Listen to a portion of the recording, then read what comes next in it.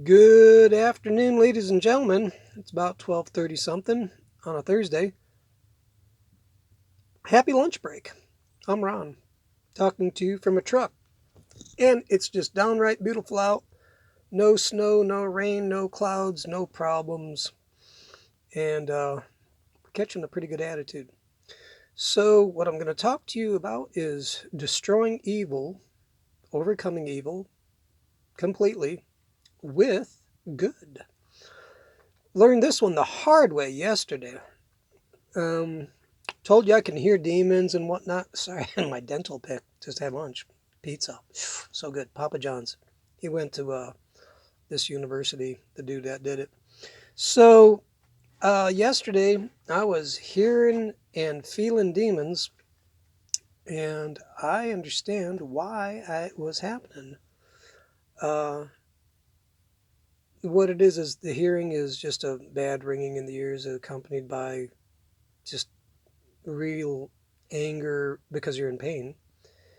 And then I actually felt a spirit of witchcraft because back when I was into the New Age, tarot cards, crystals, blah, blah, blah, um, I received an unclean spirit and it came back.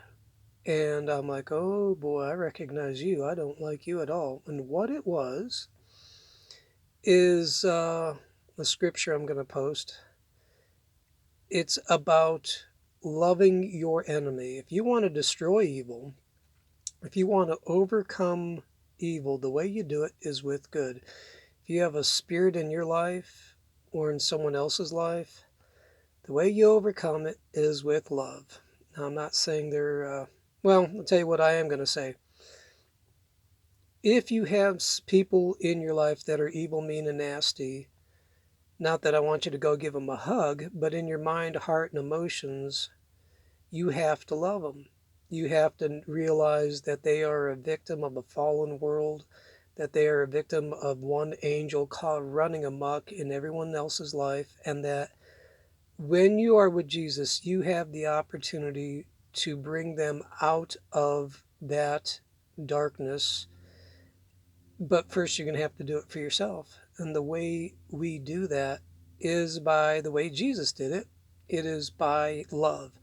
Best example is him on the cross going, Father, forgive them. They don't know what they're doing. At any moment, he could have spoken one word and said, like, smoke them, I'm out, just ciao. But he didn't. It was just the opposite. It was, Father, forgive them. And it wasn't just for a moment for those that were killing him. It was really an open door invitation for everybody, for all eternity, so that when you ask for forgiveness, you get it. And when you ask for forgiveness and forgive others, that's important. You then get forgiven, and then you get his right standing. And his right standing with the Father, there are no demons in his life. Death is, there's an angel of death, there's a spirit of death. And when you give your heart over to Jesus and accept his spirit and you walk in his ways, everything that is not in his way gets booted out. And so yesterday there were some people in my life, uh, everyone gets hurt. It's not like I got it worse than anybody else or any easier.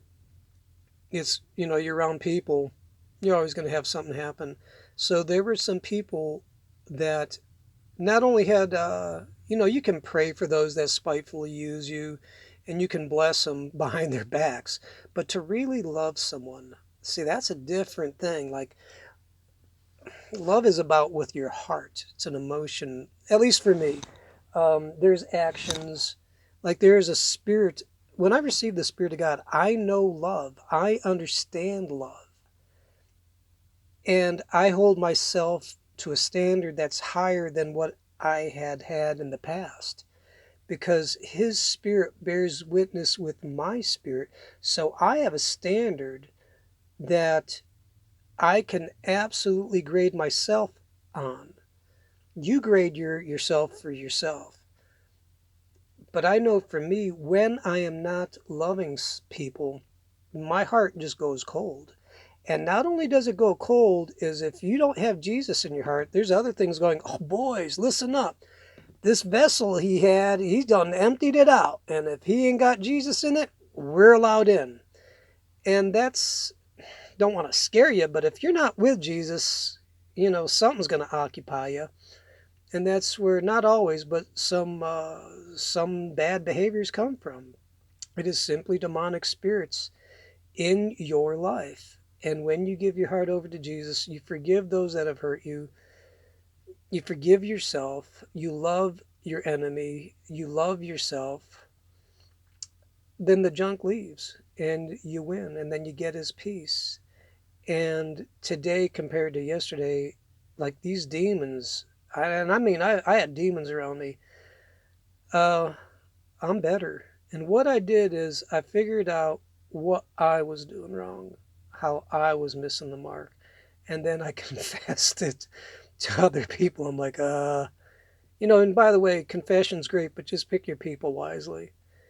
And then, but once you do, it's a powerful weapon because when you debase yourself, when you humble yourself, God will exalt you. And then I had people pray for me, lay hands on me, and that's part of the weaponry. And then I prayed myself, and today is just so much better. And that's my new normal, and I know how to do it, and I know how to get there.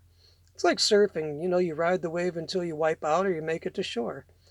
So maybe I got a little wiped out yesterday, but I got back on the board.